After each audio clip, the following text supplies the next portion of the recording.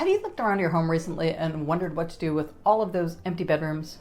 Or noticed that the kids whose height you faithfully charted on the closet door now have growing kids of their own?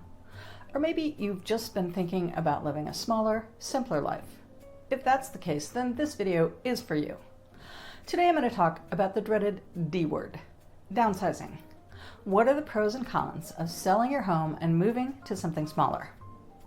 My name is Jay Trout-Lowen. I'm a Twin Cities realtor, a baby boomer, and a prospective downsizer. That's right, I said it. This is a question that I have been turning over and over in my own mind. Is it time to give up my home of many years and move to something smaller?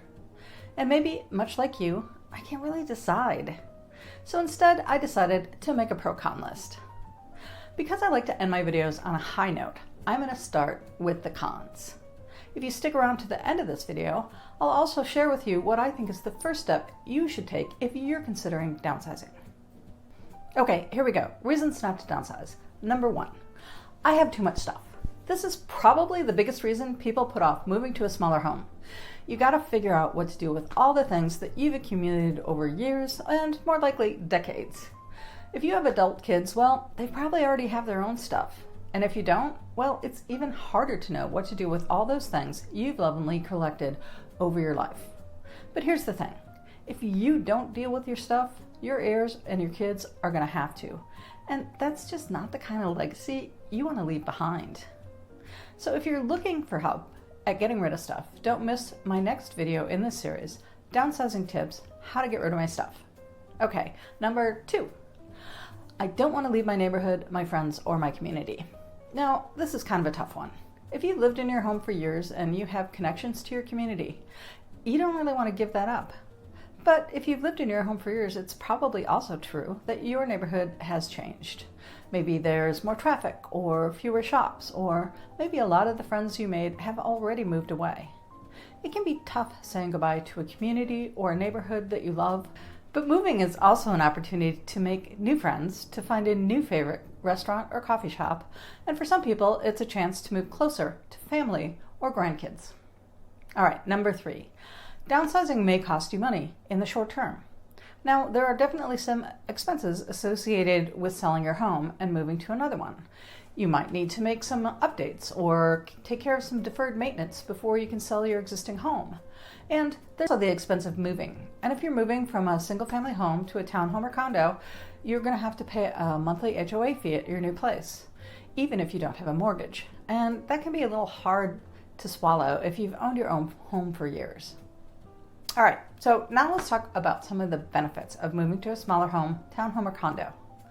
For many people, one of the biggest benefits of downsizing is financial. Depending on your situation, moving to a smaller home might bring greater financial security. You'd have a lower mortgage or even eliminate your mortgage. You'd have lower taxes and probably lower utility costs. If you've paid off your mortgage or if you have substantial equity in your current home, you might also be able to purchase your next home with cash or apply for an FHA mortgage program just for people age 62 and older that allows you to buy a new home and never make another mortgage payment again. You can find out more about that in this video that I did a couple of months ago. All right, number 2, less maintenance and upkeep. If you're moving to a smaller home, townhome, or condo, it's likely you're going to have less yard to manage or maybe no yard at all. And of course, here in Minnesota, we also have snow management. Clearing sidewalks, driveways, and even roofs can be a real pain. You may have to pay an HOA fee in your new place, but you aren't going to have to worry about shoveling, mowing, and other routine home maintenance ever again. Yay! Number 3, greater financial freedom.